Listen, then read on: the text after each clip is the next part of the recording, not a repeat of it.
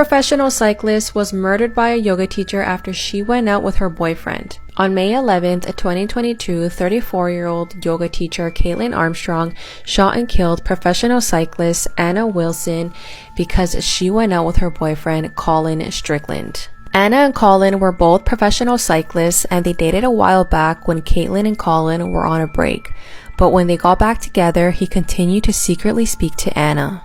Anna traveled to Texas where Colin and Caitlin lived, but she was there to compete for a race, and while she was there, she stayed with a friend. On the afternoon of May 11th, Anna and Colin went swimming together, and then they grabbed dinner, and at around 8:30 p.m., he dropped her off at her friend's house where she was staying. Just before 10 p.m., police were called to the house where Anna was staying, and she was found dead with multiple bullet wounds. Surveillance video shows Colin leaving the residence after he dropped off Anna, and then you can see Caitlin's car driving by. Caitlin apparently used an exercise app that shares the location and profiles of cyclists, and that's how she was able to track Anna down. On May 14th, Caitlin was seen fleeing from Austin to Houston and then to New York.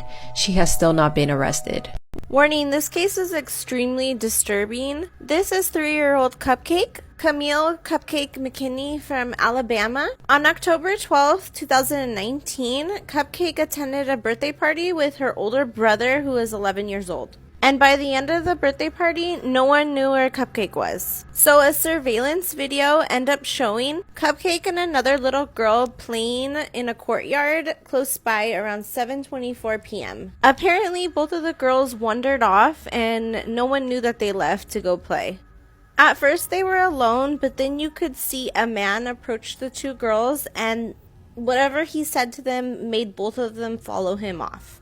The girl that was with Cupcake made it back to the party, but Cupcake was nowhere in sight. When police did investigation, a 10-year-old boy ended up saying that he saw Cupcake be put into a black or blue van and she was crying when entering the van. Stay tuned for part two for the Cupcake case. Remember, this is extremely disturbing. Another kid that the police talked to ended up saying the same thing as the previous boy, but also gave a description on how they look like. He said it was a man and a woman, and the man had bad teeth and the woman was chunky. An Amber Alert was issued for Cupcake, and the following day, many tips were coming in. And one of the tips were that they spotted the description of the van at an apartment complex. The owners of the van were Patrick and Derek Brown. Derek's real name is Quintessa.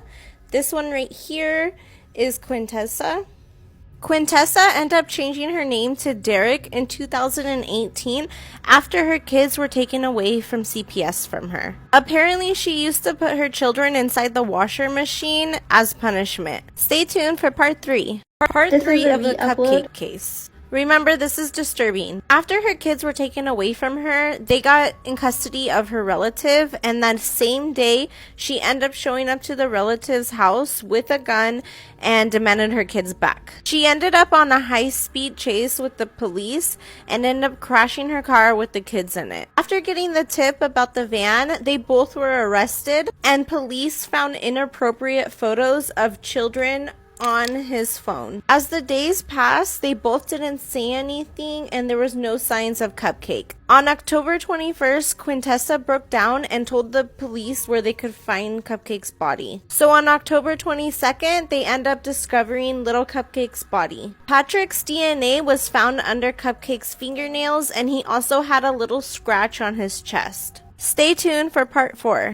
Part 4 of the Cupcake case. Remember, this case is extremely disturbing. While inside of the apartment that Cupcake was being kept at, she was physically and sexually abused. And her autopsy revealed that she had traces of meth and trazodone in her system. And the cause of death was suffocation. Police end up confirming that they took Cupcake back to their apartment, and then Patrick left to the gas station to buy an energy drink and a sex pill. There was also a blood-stained mattress in their apartment, and her DNA was all over the place. Their trial is set for September 2020. I'm sure due to COVID, it has been set back because I have not found any recent news articles regarding them. This is a very horrible case. And it honestly makes me feel so sick to my stomach. I feel so bad for their family. No child should ever go through anything like that. And the fact that the family is suffering because they lost their poor baby girl in the worst way.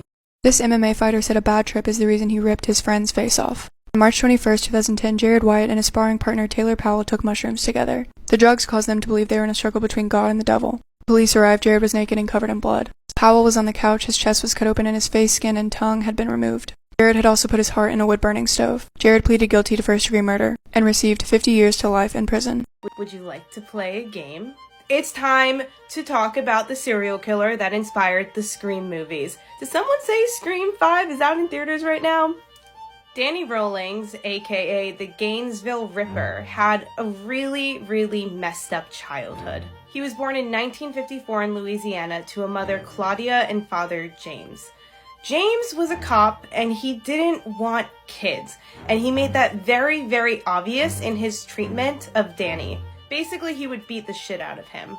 The first time that Danny ever got punished by his father was when he was 1 year old for crawling wrong.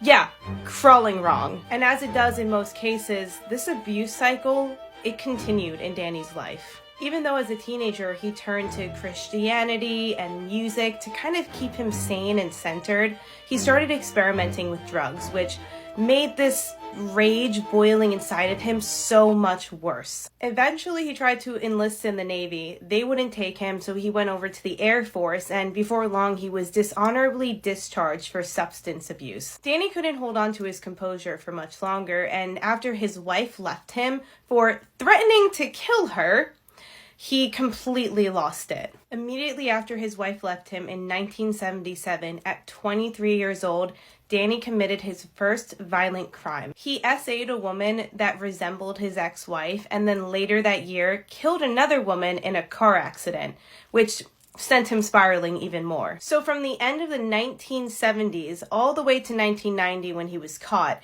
Danny committed a series of petty thefts, burglaries, all things that sent him in and out of the criminal justice system in multiple states. He even broke out of prison in multiple occasions. What are you, a freaking horror movie villain? What the heck? All the while, predictably, he couldn't hold down a job and he was getting fired left and right. After one particular job let him go, a family very close by to where he lived got murdered. I know what you're thinking. This is not a coincidence. You are right. 24-year-old Julie Grissom, her father Tom Grissom, and her nephew Sean were all brutally murdered by the Gainesville Ripper before he was the Gainesville Ripper. By May of 1990, Danny Rawlings had completely lost it. He went to his father James and actually shot him, intending to kill him, but the man only lost an eye and an ear. Only. This is when Danny fled to Florida. Part 2 up right away. This is part 2 of the true story that inspired the Scream movies. By the summer of 1990, before he began his killing spree as the Gainesville Ripper, Danny Rawlings was already a serial killer. When the attempted murder of his father didn't work, he changed his identity and fled to Florida. Running away from the monster he had become and from his past didn't fix anything. It never does. It only made Danny worse, and the rage that was just inside of him like a monster just clawed to the surface. In August of 1990, Danny Rawlings set up a campsite in the woods behind the University of Florida. And then, in the early morning of August 24th, he broke into the apartment of Christina Powell and Sonia Larson.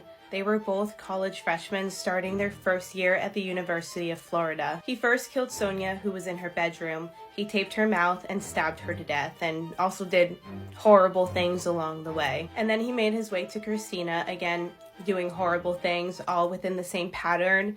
And after he was done, he placed the women's bodies in provocative positions and took a nipple as a trophy.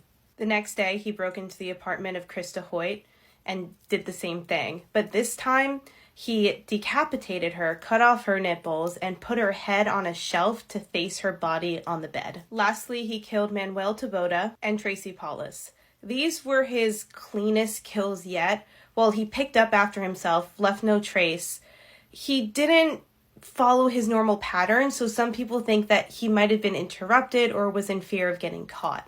The last thing he did before he left was pose Tracy in a provocative manner, much like the others. By September, Danny skipped town, and he was eventually arrested, not for murder, but for a botched burglary of a grocery store at gunpoint.